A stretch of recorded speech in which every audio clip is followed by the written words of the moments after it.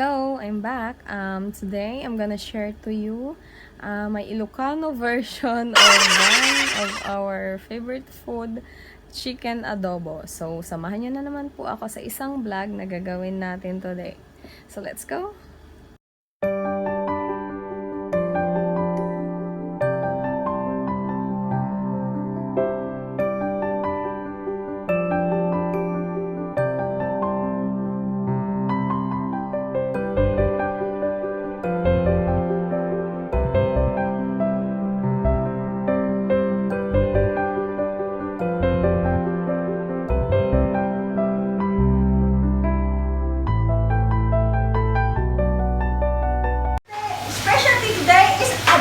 Adobo manok na may atay.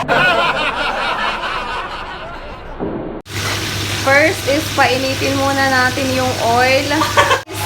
Ilalagay muna natin yung bawang. Igisa natin siya hanggang sa mag-light brown siya. Ayan. Kailangan siyang mag-light brown para mas malasa po siya. Okay.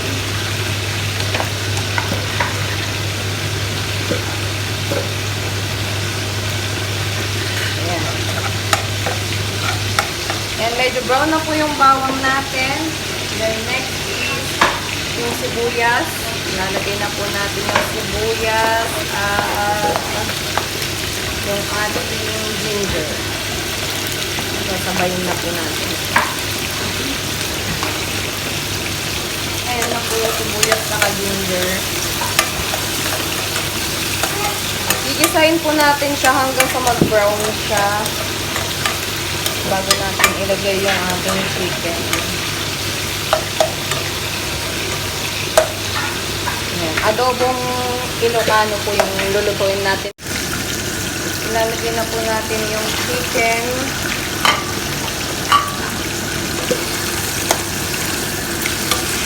Gigisahin po natin siya. Isasangkot po natin yung chicken hanggang po sa maging light brown din siya.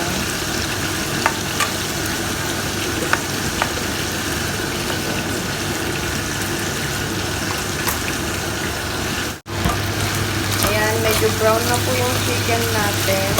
So, next is lalagay na po natin yung atay. Hindi na po yung itsura ng atay kasi nilaga ko na siya, nilagyan ko siya ng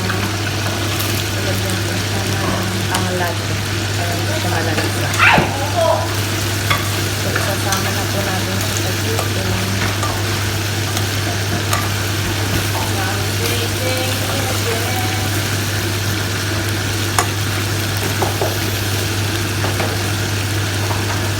Then, add na po tayo ng toyo.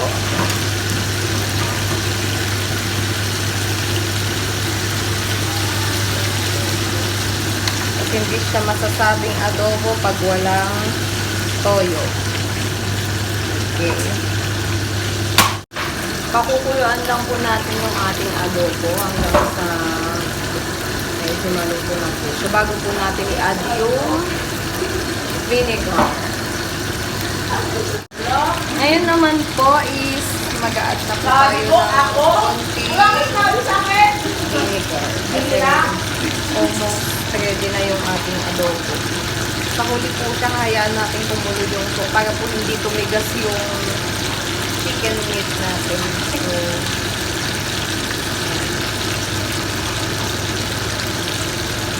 hintayin natin siyang kumulo. Now, we will add the bay leaf. Nalagyan na po natin yung dahon ng laurel para mas bumango ang ating adobo. Okay. Hintayin po natin siyang kumulo. Okay. Sasama na din po natin yung ating sili. Hindi masyadong maanghang. So, para lang meron siyang konting lasa ng okay. Hintayin na po natin siyang maluto. Ayan na po, ready na po ang ating adobong chicken with liver.